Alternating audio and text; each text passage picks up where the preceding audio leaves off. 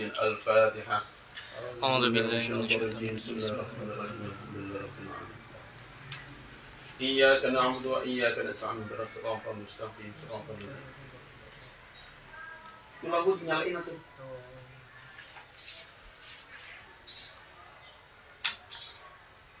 ثم إلى الشيخ أبو البصري شيخ عبد الله فقيه.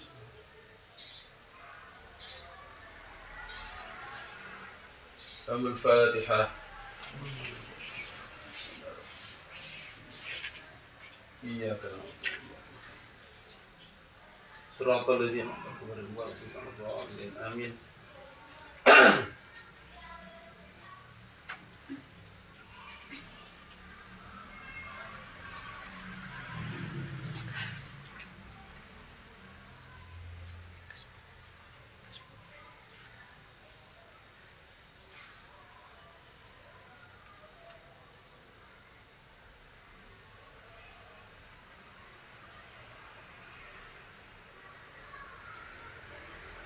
Wa yajuzu dan boleh lubsu thawbin najisin fi ghairis shalah, memakai pakaian yang najis fi ghairis shalah, di selain sholat. Jadi baju suci itu syarat dalam sholat, syarat sah sholat. Nah, di luar sholat baju najis gimana? Apakah haram hukumnya memakai baju najis? Nah, itu maksudnya. Apakah haram memakai baju najis? Ini baju jelas najis. Apa haram? Enggak. Wa yajuzu boleh.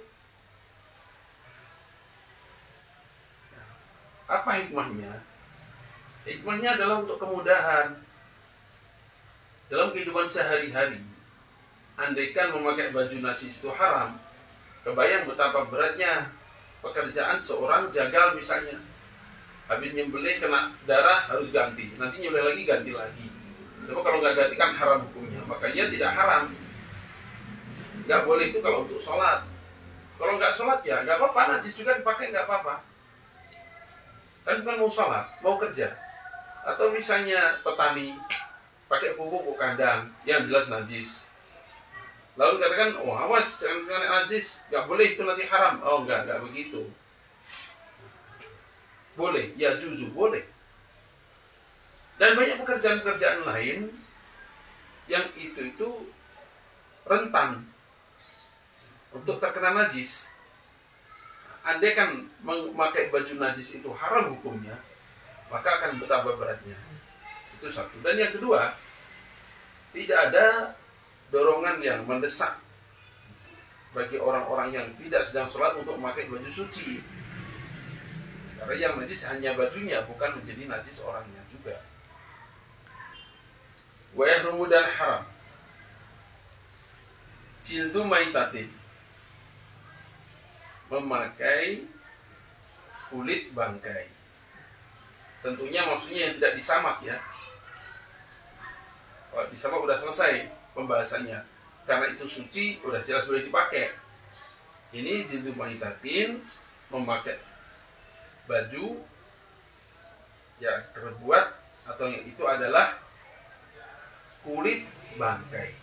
Maksudnya kulit bangkai yang tidak disamak. Apa bedanya dengan tadi? Lumsul sabun najisin. Lumsul sabun najisin itu baju yang suci kena najis. Baju suci kena najis. Kalau ini memang kulit yang najis. Kenapa? Karena dari bangkai. Gitu.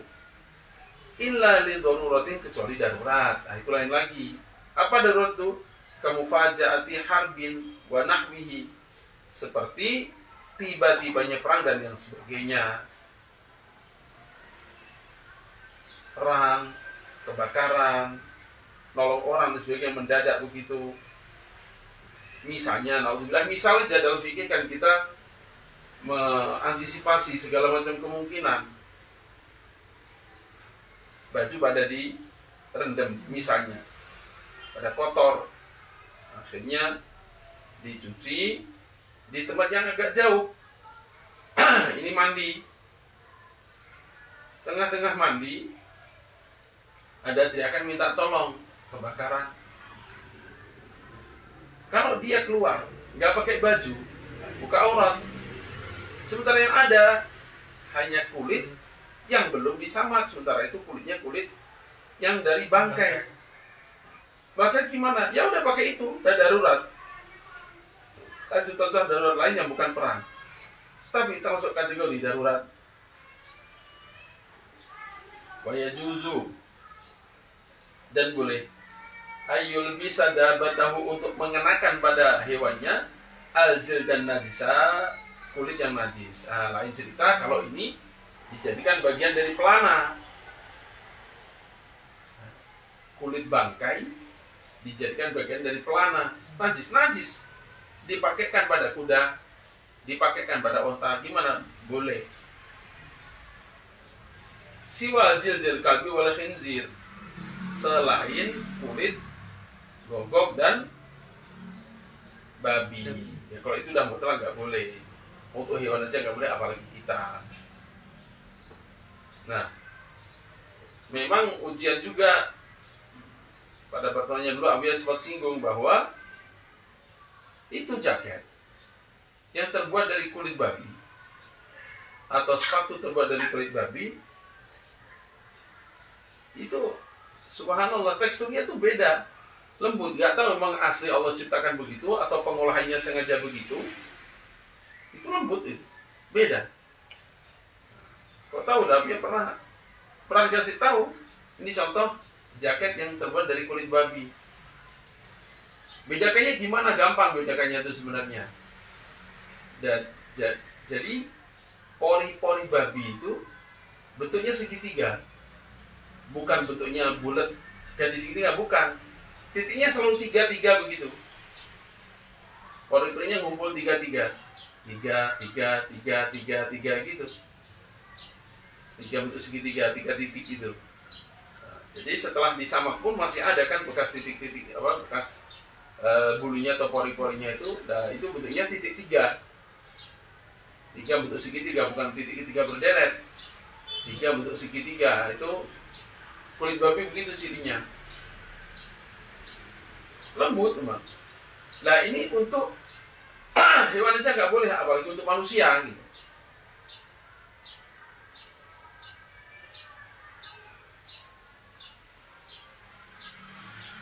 Wayah rumudan boleh. Wayah rumudan haram ala rijali, atas laki-laki apa haliul zahabi, apa perhiasan emas. Mutlak ini ya. Laki-laki haram pakai perhiasan emas. Mau kalung, mau anting, mau gelang, cincin, sama aja. Laki-laki boleh pakai cincin, tapi kalau emas nggak boleh. Hatta sinul khatam, sampai gigi atau cepitan yang ada di cincin itu. Laki-laki kalau pakai cincin kan biasanya ada matanya, entah itu batu, giok atau apa. Itu kan ada jepitannya itu, ada giginya itu. 4, 6 gitu untuk menjepit matanya supaya nggak copot. Nah, andaikan ini cincin dari perak, boleh. Tapi gigi untuk menjepit matanya, mata cincin tadi dari emas, itu nggak boleh juga. Nah, itu maksudnya hatta sinul khatam, itu maksudnya. Wal matliyu bihi, termasuk juga yang nggak boleh adalah al-matliyu bihi, yang disepuh atau dilapisi dengan emas. Yang dilapisi yang disepuh atau dilapisi dengan emas, itu nggak boleh juga. Jadi bukan masalah murni asli atau tidak, dikasih warna lapisan saja, sepuhan saja, itu juga udah tidak boleh.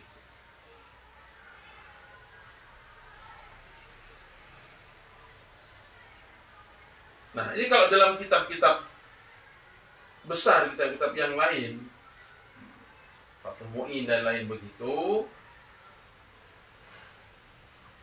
itu dengan catatan, ya, dengan catatan bahwa andaikan taruhlah ini misalnya cincin aja udah, cincin dari tembaga dikasih lapisan emas, nah ini boleh dipakai enggak? Nah kalau di sini kan global, pokoknya kasih lapisan emas nggak boleh aja. Nah kalau dalam kitab-kitab yang agak besar, ya tadi contohnya Fathul Mu'in, maka itu ada catatannya, nggak boleh itu kalau seandainya cincin ini dipanaskan, lalu ada melelehnya dan muncul emasnya, jadi terpisah, maka itu yang tidak boleh. Tapi kalau tidak begitu, misalnya hanya sepuhan, ya, hanya sepuhan, warna doang, baik kimia begitu, yang seandainya dipanggang di atas api, didekatkan ke api, itu nggak muncul sedikit pun emasnya, maka itu boleh. Kami ulang lagi biar tidak salah paham, ya. Emas atau jam tangan lah misalnya, tali jam tangan, ini warnanya warna emas. Warna emasnya gimana ini? Kalau warna emasnya memang ada emas yang ditempelkan di situ, tahu yang ditempelkan di situ gimana? Dipanaskan pada api. Dipanaskan pada api, terpisah ini atau terkelupas atau meleleh emasnya ini. Nah, berarti memang ada emas yang ditempelkan di situ, maka itu yang nggak boleh. Tapi kalau seandainya itu hanya sepuhan, itu misalnya dengan listrik, dengan ada emas di situ, kemudian ada bahan kimia, dicelupin gitu aja, warnanya jadi kayak emas, tapi warna doang, nggak ada emasnya sedikit, dipanasin ya, nggak akan muncul emasnya. Itu nggak apa-apa, ya, itu nggak apa-apa. Tapi ini ada tapinya. Ini kita bicara fikih. Tapi sisi lain bicara tentang hikmah, bicara tentang kewaraan, maka laki-laki idenya tetap jangan pakai. Apalagi tokoh agama. Kenapa begitu? Dikhawatirkan menimbulkan salah paham bahwa itu Pak Ustadz, Pak Imam, Pak DKM, Pak Kiai pakai emas juga, berarti sebenarnya boleh-boleh saja. Nah, gitu nantinya. Kalau ditanya emang dia bisa berkilah? Enggak, ini bukan emas, ini cuma sepuhan. So, coba dipanggang, nggak akan keluar emasnya. Memang betul fikih begitu. Tapi dalam kehidupan sehari-hari itu nanti bisa menimbulkan salah paham, hindari. Dalam hadis, iyyakum wa mawaqi'at tuham, hindarilah oleh kalian kondisi-kondisi yang bisa menyebabkan salah paham. Jangan malah disengaja. Nah, ini mengingat atau contohnya lain ini. Contoh lainnya, misalnya santri laki-laki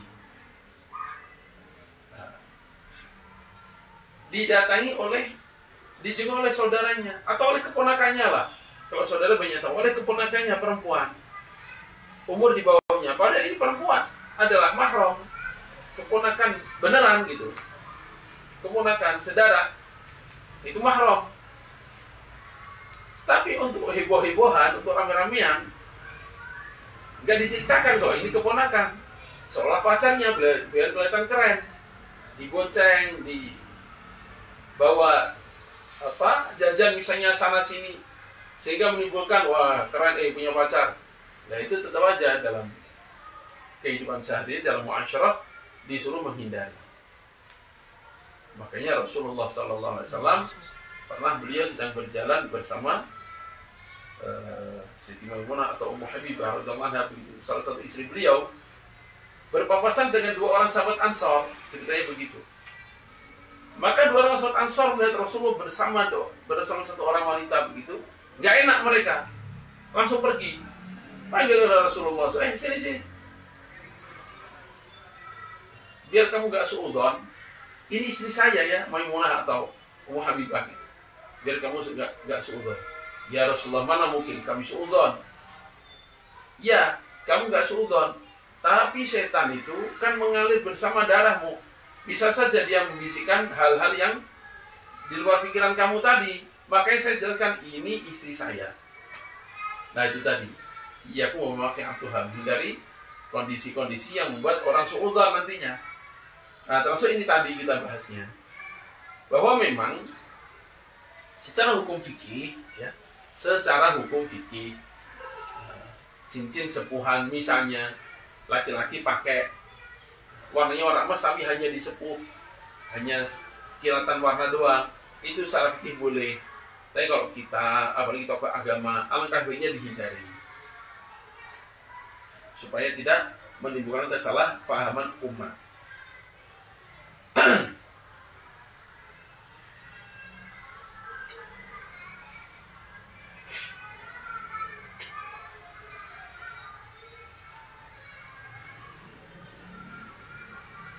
Falau sudi'a,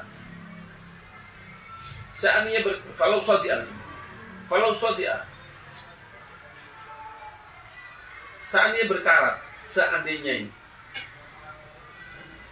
dohirnya emas berkarat tuh nggak bisa, dohirnya ya kalau gitu Anda jangan berkarat, andaikan berjamur lah gitu aja.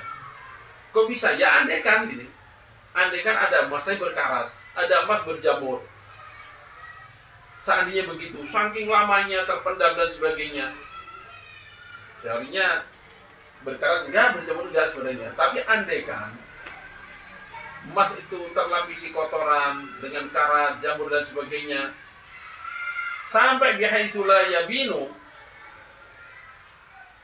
sekiranya tidak jelas apa bahwa itu adalah emas, enggak jelas ini emas, ya kayak cincin kuno aja, enggak jelas emasnya, maka gimana kalau begitu? Jaza boleh. Ya, jaza boleh.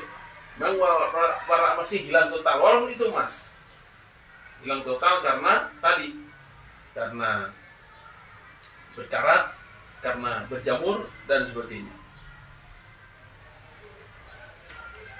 Dah, ini selesai. Wa yubahu, dan dibolehkan syaddu sinin, mengikat gigi dengan emas tadi.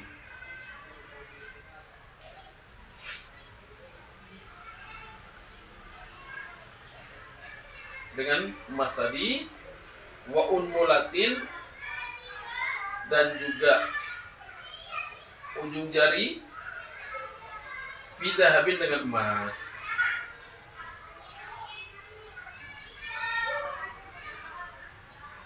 Entah ada sesuatu yang perlu diikat karena copot, karena patah dan sebagainya, diikat pakai tali, diikat pakai emas, atau ujung jari ini, unmulah ini diperlukan ikatan lalu dengan emas, maka itu boleh. Wattikhadu anfin wa unmulatin, dan juga boleh membuat hidung palsu, hidung patah ini, ganti dengan emas. Kebayang nggak? Hidung patah, ujungnya ada emasnya, mana-mana berkilauan begitu. Ini kalau ini kejadian langsung dengan Rasulullah Sallallahu Alaihi Wasallam. Satu orang sahabat hidungnya patah, lalu ditambal dengan satu bedah, lupa bedah apa gitu, akhirnya membusuk. Rasulullah perintahkan, pakai emas aja, pakai emas aja. Maka kemudian patahnya hidung tadi ditambal pakai emas. Nah, itu boleh.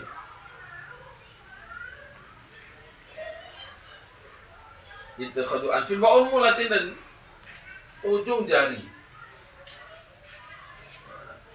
Ujung jari ini misalnya potong, patah, lalu diperlukan untuk membuat ujung jari palsu, ujung jari palsu, maka itu boleh membuatnya dari emas.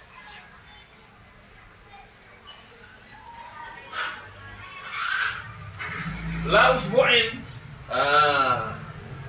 tidak boleh kalau membuat satu jari utuh dari emas, tidak boleh. Ini ceritanya untuk laki-laki ini ya, cerita untuk laki-laki. Ya. Ujung jari dari emas boleh, jari utuh dari emas nggak boleh, ya udah.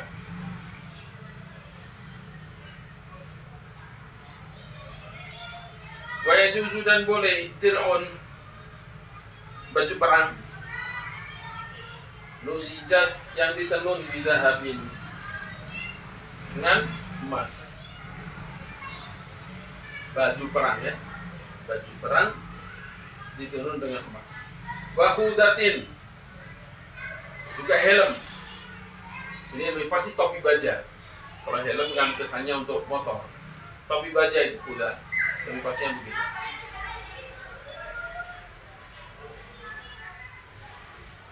Topi baja, ini topi topi perang.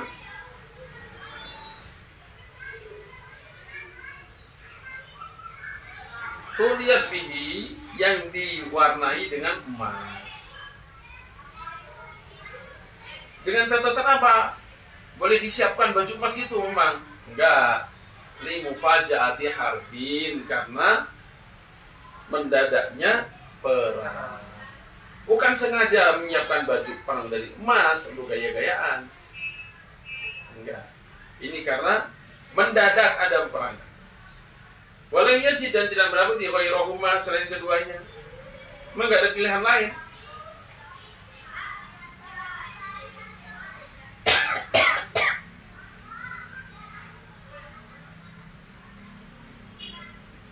Wa yajuzu, dan boleh khatamul fiddati,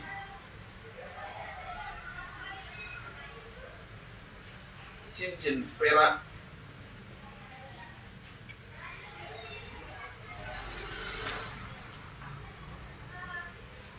Wa tahdiyatu alatil harbi, dan menghiasi alat perang biha, dengan perak. Alat perang boleh dihiasi dengan perak. Rangkainya ada peraknya, atau apa? Sarungnya ada tempelan-tempelan peraknya, maka itu boleh. Kasaifin, seperti pedang. Waromhin, dan tombak.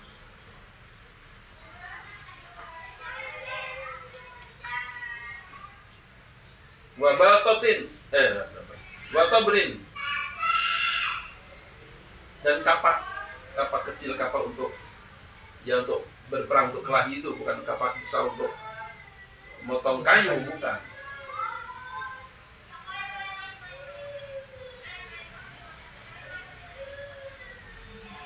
Wasamin, dan anak panah.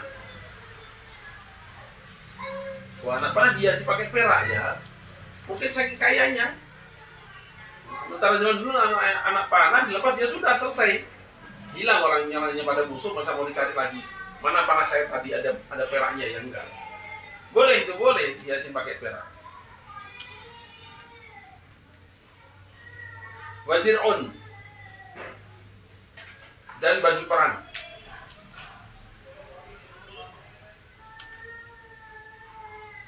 Perang ini dia pernah lihat ya di India. Jadi ada emang lempengan-lempengan gitu, lempengan kecil-kecil, disambung pakai rantai-rantai begitu, supaya seperti persendian fungsinya, sehingga tetap bisa bergerak. Ada yang begitu. Ada yang bentuknya itu bentuk rantai besinya itu. Untuk rantai, anggap aja rantai itu adalah seperti benang ditenun itu. Nah ini bajunya ditenun pakai rantai besi, rantai kecil-kecil, lebih gede dari kalung wanita, seperti gelang-gelang gede begitu. Nah, kayak gitu, itu pakai untuk menenun, untuk buat baju perang. Tapi perangnya begitu.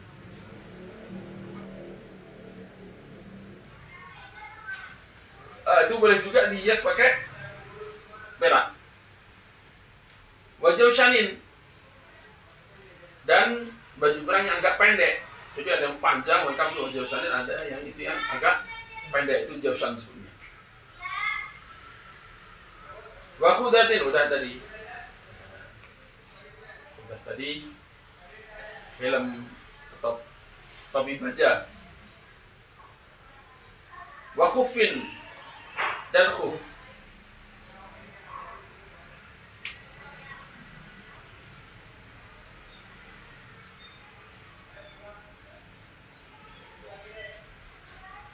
La sarojin, ini tidak pelana. Kalau pelana nggak boleh.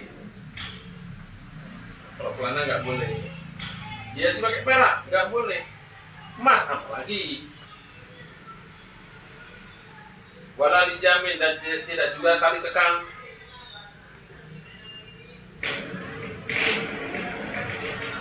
Dijamin tali kekang itu nggak boleh juga dijasin pakai perak. Waikabin, ikab ini kalau bahasa fasihnya, bahasa Indonesia yang fasih itu sanggurdi. Nah, paham nggak sanggurdi? Itu bahasa Indonesia itu. Sanggurdi ini kalau di motor zaman sekarang itu step untuk pijakan itu. Nah, sudah kan ada pijakannya itu, walaupun bentuknya bukan kayak step tapi kayak lingkaran itu taruh di untuk menjadi pijakan kaki kita. Nah, itu sanggurdi itu bahasa Indonesianya. Nah, itu nggak boleh juga. Kenapa? Nah, tadi di atas kan sudah dijelaskan yang boleh itu alat untuk perang yang dipakai manusia. Itu boleh. Sedangkan ini kan dipakai oleh kuda, maka nggak boleh. Wakilah datin nggak boleh juga. Kalungnya kuda dari perak nggak boleh juga.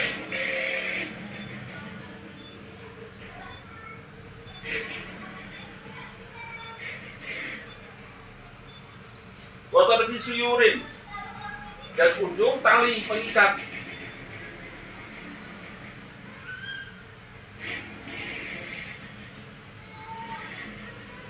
Ujung tali pengikat maksudnya ini pelana. Ya, kan ada talinya tuh di bawah itu. Nah, itu. Suyur itu. Nah, itu ujungnya dikasih perak itu biar keren, nggak boleh juga. Sebabnya apa ya tadi? Yang dibolehkan itu alat-alat perangnya mujahid, alat perang. Sementara ini bukan alat perang, ini alat penghias kuda. Kuda bisa untuk perang, bisa juga enggak. Tadi yang di atas tadi peperangan. Wallahu a'lam. Takrar.